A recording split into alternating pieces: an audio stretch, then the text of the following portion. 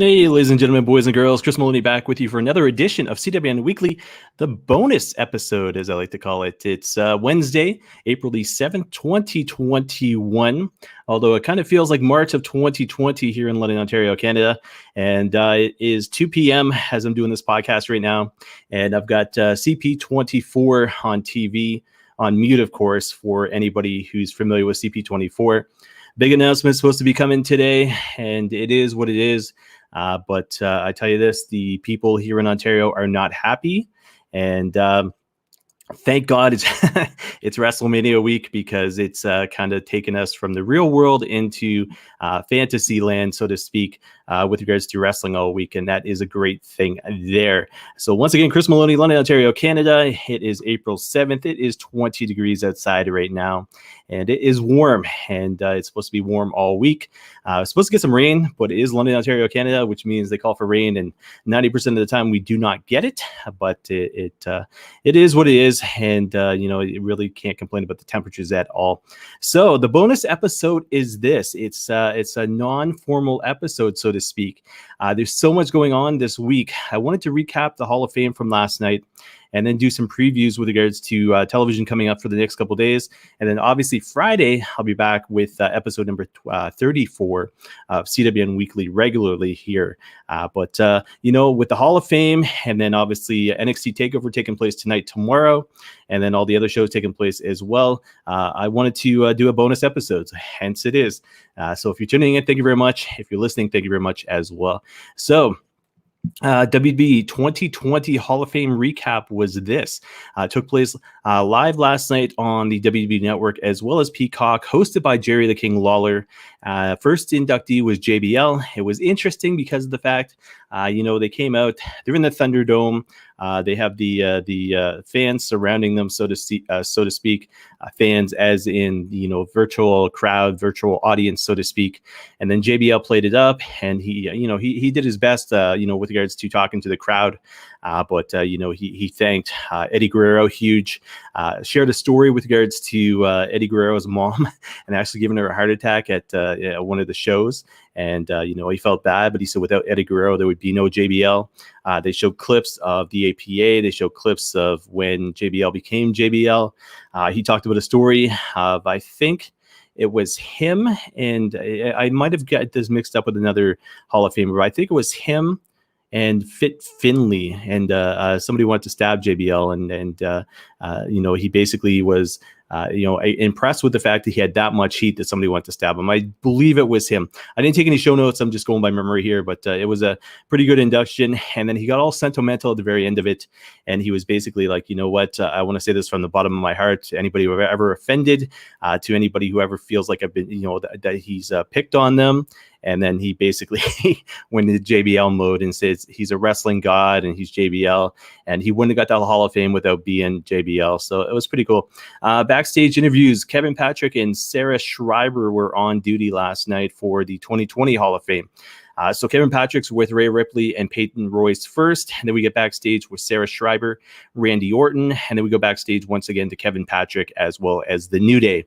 Second announcement of the night, Davey Boy Smith, accepted by Harry Smith, Buffy, who was the new Bulldog, Georgia Smith, and then Diana Hart Smith were on stage as well.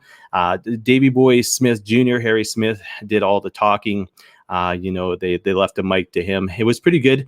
It was interesting to hear Harry Smith call him by Davey. It wasn't like my father, my dad. He kept referring to him as Davey, but which, it was kind of cool. But they touched on, his legacy with Owen Hart. They touched on his legacy with the Dynamite Kid, obviously. SummerSlam 92 being one of Harry's, best matches he could watch, day in, day out. Any match with Owen was another one as well, but pretty good Hall of Fame acceptance speech. The dog was up on the podium the whole entire time, but Matilda, Winston, and now they got Buffy, so pretty good. A huge fan of the British Bulldogs when I was a kid. WrestleMania 2, of course, and then a huge fan of the British Bulldog going into SummerSlam 94. His feuds with Bret Hart, his feuds with Shawn Michaels, and it was finally great to get to see him inducted in the 2020 Hall of Fame by his son, his wife, as well as his daughter. Backstage we go again. Kevin Patrick, Nikki Cross. Backstage as well, Sarah Schreiber, Braun Strowman, and then Kevin Patrick as well as Drew McIntyre. Third induction is Jushin Thunder Liger. He does a video statement in Japanese. It was interesting because it's still Liger, but it was like a bald Liger without the hair. So he still had the horns and everything else. But it was pretty cool to see. It's Liger. He's a Japanese legend. You think all the way back to WCW with regards to Brian Pillman, those feuds there, all the way through New Japan Pro Wrestling. I mean, there were two guys from New Japan Pro Wrestling from Japan I absolutely loved. Anytime I got the chance to see him in magazines or on TV, it was him and the Great Muta. And it was great to see Jushin Thunder Liger, finally inducted in the Hall of Fame. A lot of praise coming on Twitter, obviously. He did the promo in Japanese and then followed up with thanking his fans at the very end in English, which was kind of cool as well. Fourth was William Shatner. A lot of, segments with regards to him and Jerry the King Lawler, Bret the Hitman Hart. This I didn't know. I didn't realize he had sang theme music. So he had sang Sexy Boy, Shawn Michaels. He had sang Booyaka by Rey Mysterio. There's a few other ones he sang as well. It was weird, but it was William Shatner, which is kind of cool. And then he had a video statement from his home, I believe in Los Angeles there. So he officially gets inducted in the Hall of Fame. Backstage, we go Kevin Patrick, The Miz, as well as John Morrison, followed up by Sarah Schreiber and Mustafa Ali, followed by Kevin Patrick, MVP, as well as Bobby Lashley. And then the Legacy Hall of Fame inductees were announced through video. So they are Ray the Crippler Stevens, Brickhouse Brown, Dr. Death Steve Williams, Baron Michelle Leone, and Gary Hart. Speaking of the Great Muta, the one and only Gary Hart there. Fifth were the Bella Twins. So they get announced in. It's interesting to see the pics, the promo videos, everything else that went along with their induction, just to see how young they look when they first came in. Interesting enough, and I missed this, but Nikki actually thanked John Cena for smartening her up about the business, which was kind of cool. I had to go back and watch it, I think, on Twitter or something like that. And I was like, holy crap. But a total class act by the Bellas, and a lot of praise from, the WB Universe, the superstars there, as well as the legends for them and being groundbreaking. Then we go backstage as well. Once again, Kevin Patrick with Nia Jax, Shayna, and Reginald. Followed by Sarah Schreiber, Mandy Rose, and Dana Brooke, followed by Kevin Patrick, Lana, and Naomi, followed by Sarah Schreiber, and then Sheamus. Next was Titus O'Neil, the Warrior Award. Through and through, this guy is top-notch, amazing speaker. And, it's great to see somebody like Titus O'Neil get an award like that for everything he does for the community, especially down there in Florida. And while this is taking place, a lot of praise through Twitter, obviously, from even people down in Florida saying that, it's not all hype. It is what it is. What you see the WB, announcing and doing with Titus O'Neil and presenting him with the Warrior Award is 100% accurate. So it's great to see there. Then we see the NWO finally get their induction into the WWE Hall of Fame. So we get Hollywood Hogan, Kevin Nash, Scott Hall, and Sean Waltman. It's a color entrance, so it's kind of disappointment, but they had the NWO theme music there. Hollywood Hogan with the NWO title. So speeches were Waltman, Hall, Nash, and Hogan. And, it was what it was. Hogan said that he's never officially lost that title. Maybe they'll have to wait backstage at WrestleMania and get the band back together, so to speak. And then, he was like, in all seriousness, it's interesting to see that after 25 years, so to speak, they're still relevant. Nash shared a story. I think it was Nash about having an autograph signing and having these little kids coming up and doing the Wolfpack, the Too Sweet thing there, as well as seeing these like 5-year-old kids in NWO shirts. So that's kind of interesting there. But that was it for the 2020 Hall of Fame. Pretty good, like I said, hosted by Jerry the King Lawler at the Thunderdome there. Then we go into the WWE 2021 Hall of Fame. So they had ended the show, and then did the whole intro thing again. And then the 2021 Hall of Fame, hosted by Caleb Braxton and Corey Graves this time over. First out was RVD. Still looks amazing. Weird to see RVD with the hair and the sunglasses all dressed up in the suit. He threw praise to the Sheik, threw praise to Sabu, obviously. His beginnings, his parents, his dad who had passed away. He shared a story about his dad passing away and going to autograph signing and then realizing that he can make a difference, with his fans, the same way the fans can make the difference with him. No talk of ECW, no talk of Paul Heyman, which was interesting. But like I said, he did thank Sabu as well as the Sheik, and seemed, really happy to be back as far as the WB goes for the Hall of Fame induction. Some of the fans online were kind of hyped up because of the entrance where it says damn proud to be back.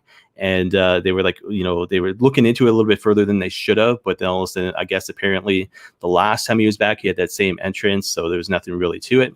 But RVD, grateful to be in the WB Hall of Fame class of 2021. Then we go backstage, new announcers backstage as well. So Elise Ashton with Sasha Banks.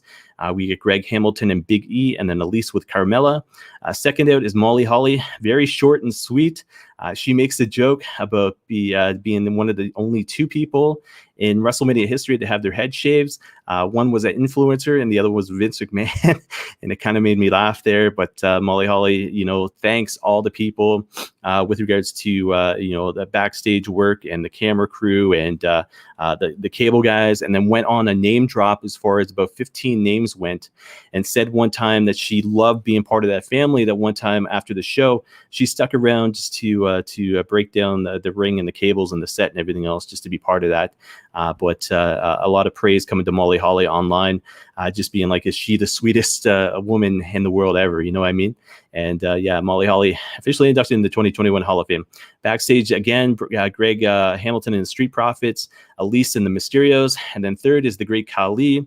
Khali was a difference maker as far as his gimmick went. He came in as this monster and then ended up doing the kiss cam and the dances and everything else. And then I didn't realize this. He had dressed up as a tooth fairy with a promo with a skit with The Rock there. And he did a video from India, half English, half Indian. And then he thanks the fans as well. Backstage, we go to Greg as well as Ranjin Singh, who was the former manager of the Great Khali.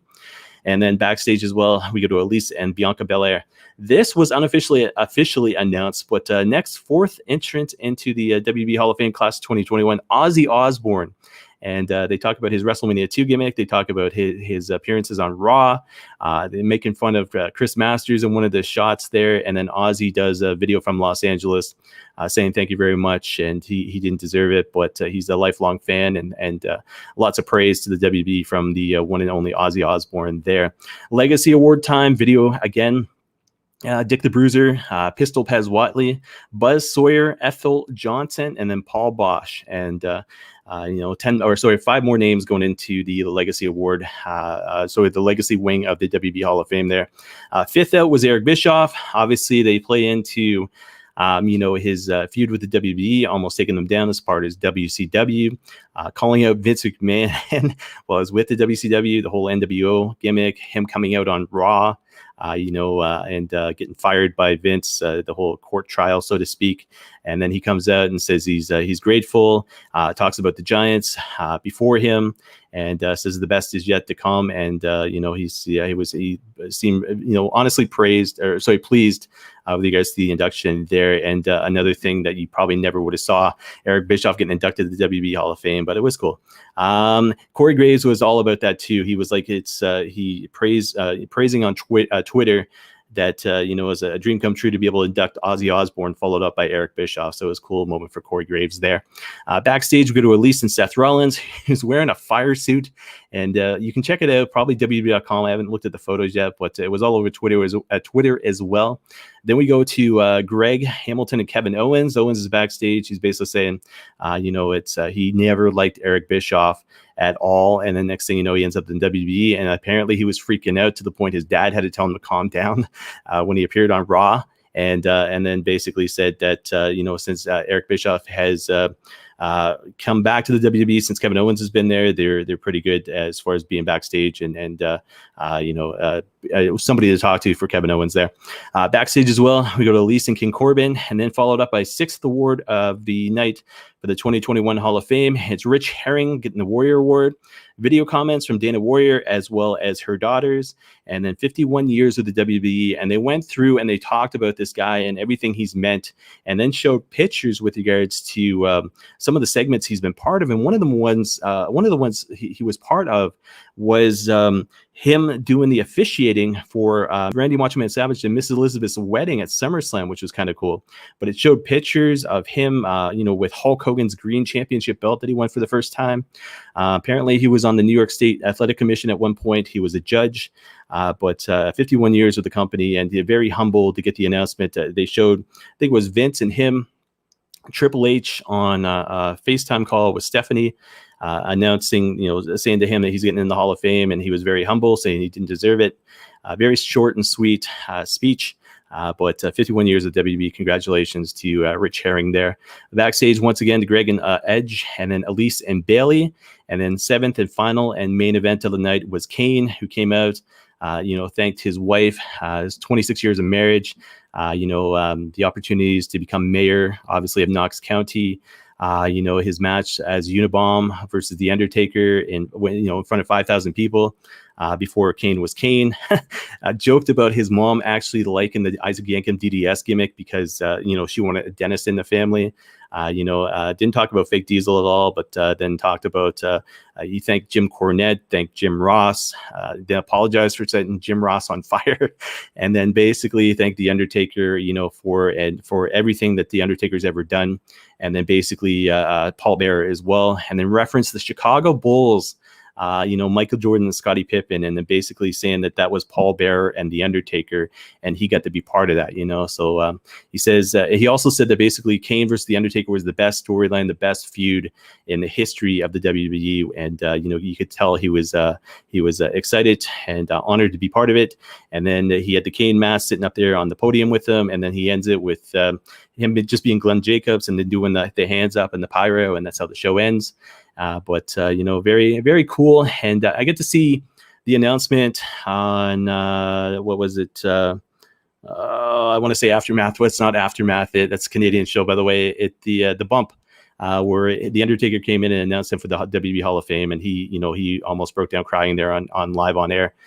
So definitely great to see Kane officially into the WWE Hall of Fame, and I can't say anything bad about it at all. It was interesting to see because there's no fans in attendance. It was at the like I said, the Thunderdome, but they played it well, and it was great. It was great seeing the backstage interviews, and it's I finally 2020 and 2021 are in there, so that is great there. So guys, I'm going to go into some previews now.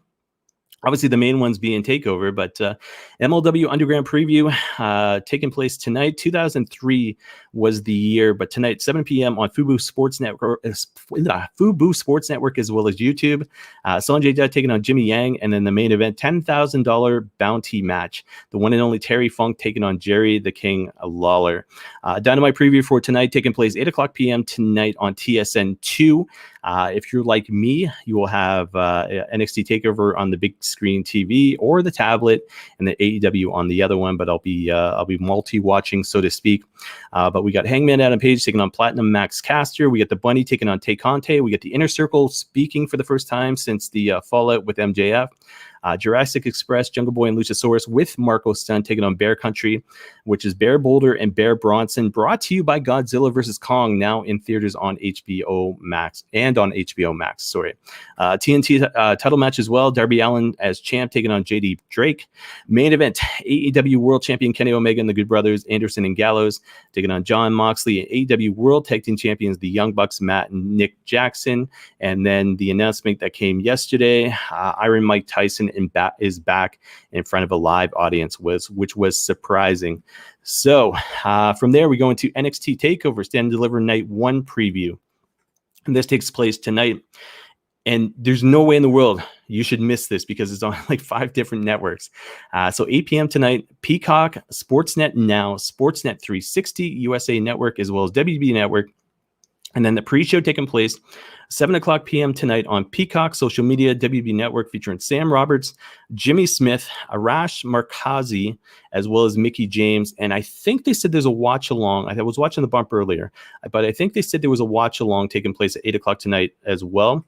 And of all people, Kathy Kelly is going to be part of that watch-along, so that's going to be kind of cool. So if you're into the watch-along thing, as far as the WWE pay-per-views go, feel free to hit that up. If you're not going to watch AEW, or you get your phone out, you can watch all three at the same time. Matches for tonight, though: Zoe Stark taking on Toni Storm in a night one pre-show match. Kushida taking on Pete Dunne as far as the main show goes. Gauntlet Eliminator for an NXT North American Championship opportunity, which will take place tomorrow. Entry order for tonight is Isaiah Swerve Scott, Leon Ruff, Bronson Reed, Cameron Grimes, Dexter Loomis, and L.A. Knight. And winner goes on to face Johnny Gargano tomorrow night for night 2. MSK taking on the Grizzled Young Veterans, taking on Legado del Fantasma for the NXT Tag Team Championship. That is a triple threat match for the vacant titles, so to speak. And that is going to be interesting as well. NXT UK champion Walter taking on Tommaso Ciampa. That's going to be interesting as well. And I say that because it's Walter taking on one of the guys who just doesn't care about his body down there in NXT, and that's Ciampa. And if you watch the conference, the pre-show conference, so to speak, which I think took place yesterday, Ciampa says he's ready for NXT UK, so it's going to be interesting. And Walter taking on somebody like a guy like Ciampa is going to be it could be the match of the tonight, tomorrow, so to speak. But it's going to be interesting because Ciampa's not going to lay down for him. It's going to be hard hitting, I tell you that.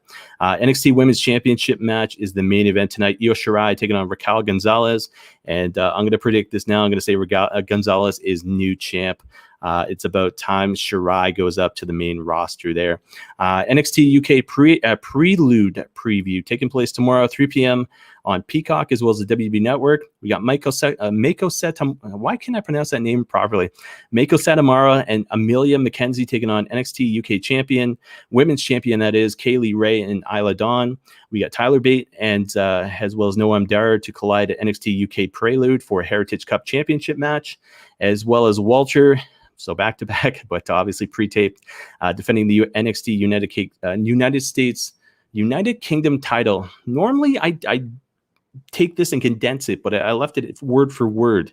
But Walter defending the NXT UK Championship against Rampage Brown, which should be hard-hitting as well. Impact Wrestling debuts tomorrow on Thursdays. So it's 8 p.m. tomorrow on Access TV, Fight Network, as well as Twitch. BTI at 7 p.m. Eastern Time on Access TV, as well as Fight Network. And then 7:15 Eastern on YouTube. So without commercials there. BTI has Jazz versus Susan.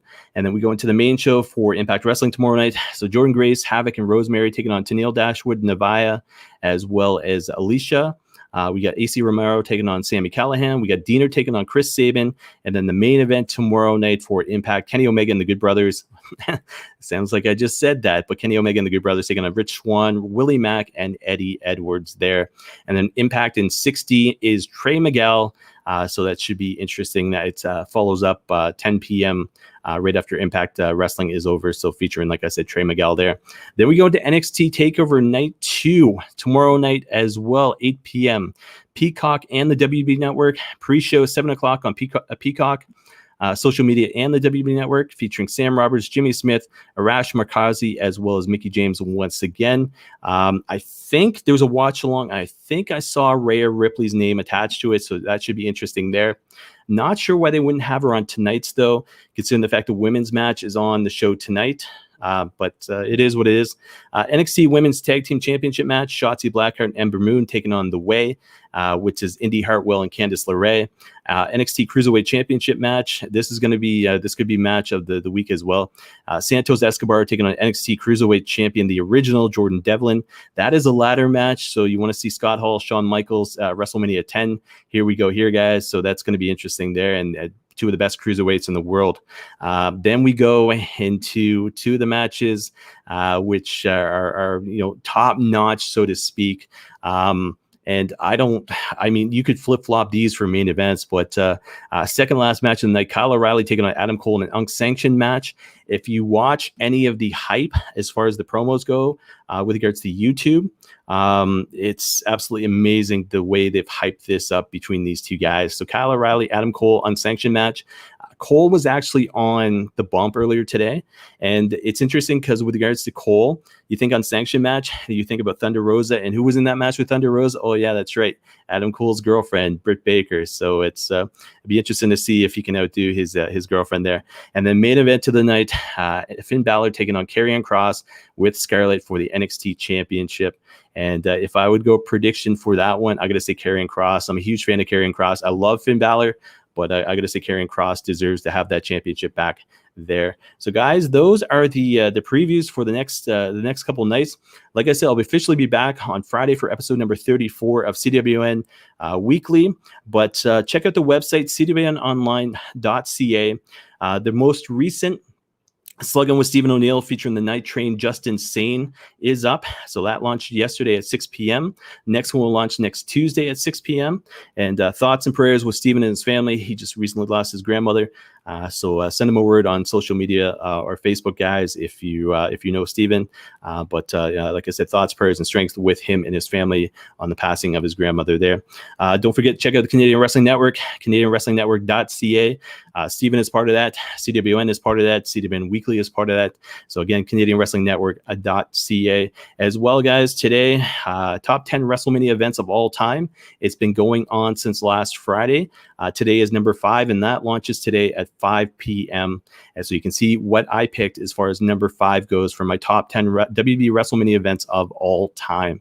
And then, like I said, CWN Weekly, episode number 34, live Friday, 3 p.m., regular time.